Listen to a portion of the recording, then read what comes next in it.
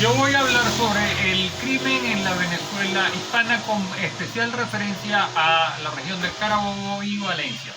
El crimen, el delito y la violencia son inherentes a la misma condición del ser humano, han estado presentes desde los primeros tiempos del ser humano, desde los primeros tiempos de la humanidad. Es algo que no es bonito, no es agradable, no es el mejor aspecto del ser humano, pero es algo que ha estado siempre presente, que siempre nos ha acompañado. ¿Quién no ha sufrido, quién no ha estado vinculado a un hecho delictivo? Todos nosotros. Desde los más antiguos libros que tiene el ser humano, como son, por ejemplo, las Sagradas Escrituras, el Antiguo Testamento, aparece el primer homicidio registrado en la cultura judeocristiana, como es la muerte de Adán nada menos que por su hermano Caín. Aún así, aunque es un tema que es presente en todas las culturas de la humanidad, es un tema que es muy poco tratado en la historiografía. A nuestros compañeros, generalmente a los historiadores, no les gusta tratar ese tema y se van por otros temas que son de exaltación más bien del ser humano, un poco más agradable. Ahora, ¿por qué se me ocurrió a mí tratar este tipo de temas? Tengo que hacer referencia a... Yo que vengo de una familia venezolana, valenciana, hasta la tercera, hasta la cuarta, quinta generación, tengo un acervo de crónicas familiares que me contaban los abuelos, los tíos abuelos, me contaban de que había muchos hechos de violencia que venían referidos de sus padres o sus abuelos a su vez, que habían sido vistos o en Carabobo o en Venezuela. Y al contrastar con la historia que empieza a leer uno cuando empieza a leer las crónicas, nuestras crónicas clásicas carabobeñas, como son la de Guillermo Mujica Sevilla, o Luisa Galíndez, o Torcuato Manso Núñez, te das cuenta de un choque enorme que hay, una diferencia muy grande entre ese mundo de pajaritos, de flores, de cosas bonitas, de poetas, y las realidades que me contaban a mí. Entonces eso me llamó la atención. ¿Por qué los antiguos historiadores y cronistas carabobeños no tocaban para nada el hecho de violencia que siempre estuvo presente en nuestra sociedad? Pero investigando hemos conseguido alguna historiografía que sí toca el punto. Conseguí una colección muy buena de hace 80 años de la Academia Nacional de Historia, una serie de boletines donde presentan las actividades de la Real Audiencia, que sería el equivalente hoy en día al Tribunal Supremo de Justicia.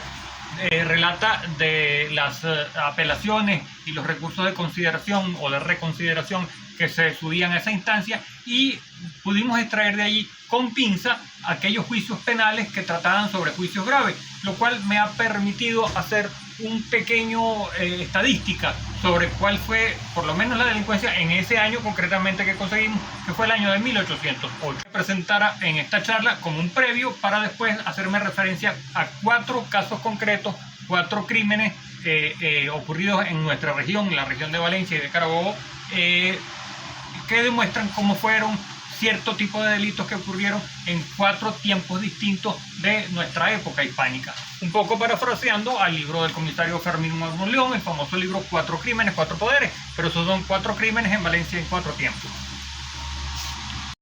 De acuerdo a esas estadísticas tenemos que en ese año de 1808 subieron en apelación a la Real Audiencia 20 homicidios, 2 uxoricidios. Uxoricidio es la muerte de la mujer por su legítimo esposo, 14 casos de lesiones, 13 casos que llama de ladrón, es lo que nosotros llamaríamos hoy de robo, 4 de rapto, que son la sustracción de una mujer honesta de su casa para tener relaciones con ella o para aceptar un matrimonio con ella, 3 incestos, 4 abigeatos, o sea 4 orismos, 3 fugas de detenido, que el que incurre en este delito por supuesto tiene que ser la autoridad que tiene el preso bajo su guarda, 3 resistencia a la autoridad, sabemos que es eso, 2 hurtos y uno de los siguientes delitos: concubinato, injuria, conspiración, bestialidad, insubordinación, torpe amistad y contrabando.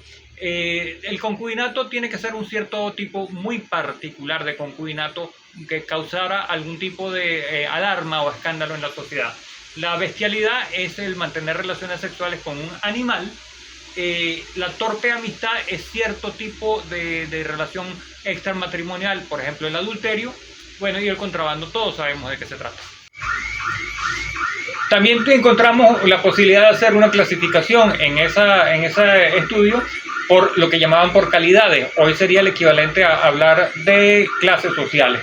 Ahí tenemos, por ejemplo, en 18 casos el enjuiciado es un don. Don quiere decir de origen noble, es decir, los blancos ricos propietarios. Hay 51 enjuiciados que eran hombres libres, podían ser blancos, podían ser pardos, podían ser incluso esclavos o ex esclavos, esclavos libertados, esclavos manumisos, 6 indios, 4 esclavos, y me llamó mucho la atención que 13 eran mujeres. Las mujeres fueron activas en cuanto a la delincuencia en esa época. Los delitos por los cuales la enjuiciaron fue una gama, prácticamente todo: lesiones, injuria, contrabando, había una mujer contrabandista, riña y matrimonio clandestino. El matrimonio clandestino no es cuando una pareja se casa sin hacer lo que llaman la publicación de los carteles, que ustedes saben que el matrimonio tiene que ser un acto público para que cualquiera que considere que debe hacer una observación, una oposición, pueda hacerlo, pero estas personas lograban de alguna manera que el sacerdote los casara puertas cerradas en la iglesia. Era lo que se llama matrimonio clandestino. Pero vamos a iniciar entonces con el primero de estos 4 casos de 4 crímenes icónicos, llamo yo, ocurridos en Valencia. El primero es el caso del tirano Aguirre, Lope de Aguirre, o el Aguirre el Loco, como también le llamaban. Él llega a América, como tantos otros exploradores y aventureros, en el año de 1537. Llega a Cartagena, de Cartagena va hacia el sur, pasa hasta Ecuador, sigue hacia el sur, llega hasta el Perú. Allí tiene una serie de aventuras que no vamos a comentar aquí, porque la vida de Aguirre es una locura grandísima que se presta para no una charla, sino un análisis larguísimo, hasta escribirle libros, porque era un ser dentro de su locura extraordinario. Pero lo cierto es que en el Perú se decide incorporarse a una expedición que va a buscar el dorado, el mítico dorado. Los indios les decían: vayan más allá, vayan más al sur, y después en el sur les decían: vayan más hacia el oriente, para que se internaran en la selva a buscar esa ciudad fantástica donde el piso estaba embaldosado en oro, las paredes eran de oro, las matas daban oro, en fin, aquello era una cosa que tenía a los conquistadores locos por conseguir tanto oro. Él se embarca en el año de 1560 desde el Perú, con una expedición que va al mando de Pedro de Ursúa. Se adentran por un río buscando el río Amazonas. Ellos fabrican sus propios barcos, eran 3 bergantines y una buena cantidad de canoas o lanchas, unos cuantos cientos de españoles acompañados de varios cientos de indios, y inician su exploración. De ese río del Perú llegan hasta el río Amazonas y ahí empiezan sus aventuras. Por X circunstancias que ocurren, Aguirre, que era el tercero al mando en la expedición, termina matando al comandante, a Pedro de Ursúa. Más adelante se había encargado el segundo, que era un hombre de apellido Bandera, también lo mata Aguirre. Siguen avanzando. Queda al mando de la operación un Fernando de Guzmán.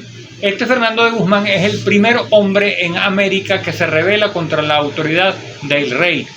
No es Aguirre, como muchos dicen, es este Fernando en la selva del Amazonas. Aguirre termina también matando a Guzmán, mata a un montón de mujeres, mata a indios, mata a españoles, mata a todo el que se le atraviese y a todo el que se le ocurra. En la navegación continúan y llegan a salir hasta la boca del Amazonas y llegan a alcanzar el Atlántico.